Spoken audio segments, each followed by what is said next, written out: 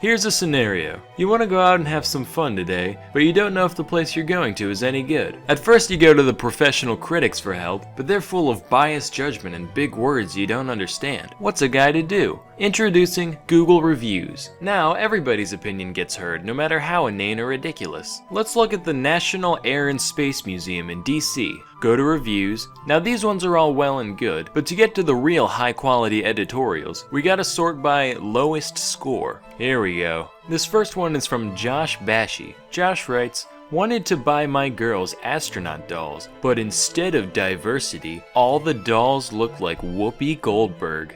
Give me a break. How many astronauts went into space with giant dreadlocks? Clearly somebody's never seen Predator. What about white girls? I guess I'll settle for some dehydrated ice cream. Also, there are way too many people there. Add a $10 admission and use it to buy some white girl astronaut dolls." 1 star. This one really speaks for itself in my opinion, so I'm gonna move on to the next one. Tanish says, "I bought a model plane on the gift shop and it has a missing piece and could not assemble. Absolute garbage.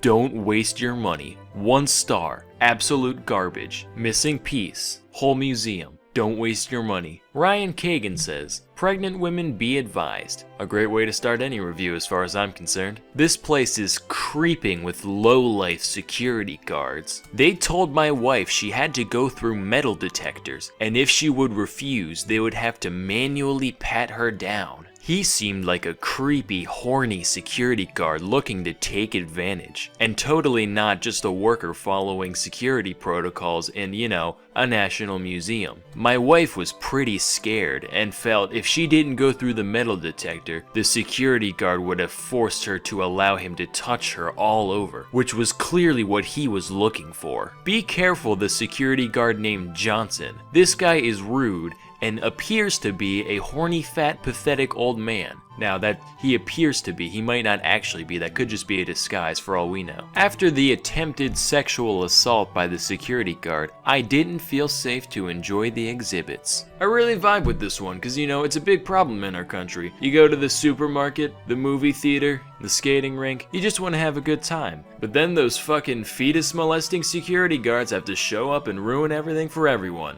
Julia Despain says, "Boring." Joshua Silva says, "I got stuck upside down in a flight simulator for 15 minutes. Snarf." He was gonna say something else, but he hung upside down so long his brain forgot how curse words work. Rob Raku says, "Really boring. Reminded me of a lab class. The Stamp Museum is more interesting." Now I thought Rob over here was just being a wise guy, but apparently the Stamp Museum is a real thing. So that's impressive. Norma Montoya says, "I went there with my second friends."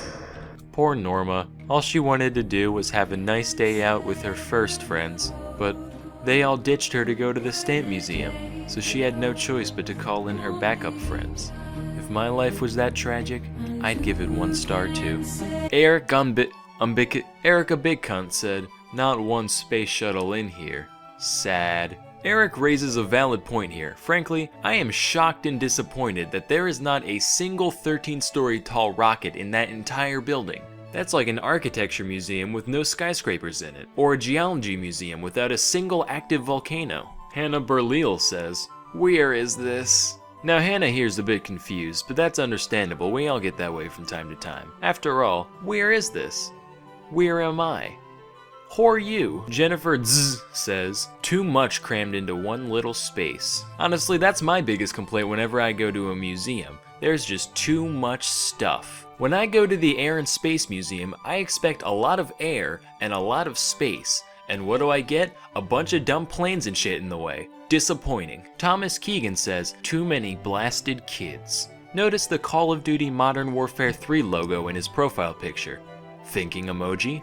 A Hargrave says, "If you've ever been, you've already seen everything." That's a fucking profound statement right there. You've already seen everything in this museum, so long as you've already seen everything in this museum.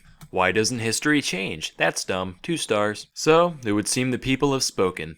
If you were thinking about going to the Air and Space Museum, don't waste your time. You'd be much better off going to the Stamp Museum.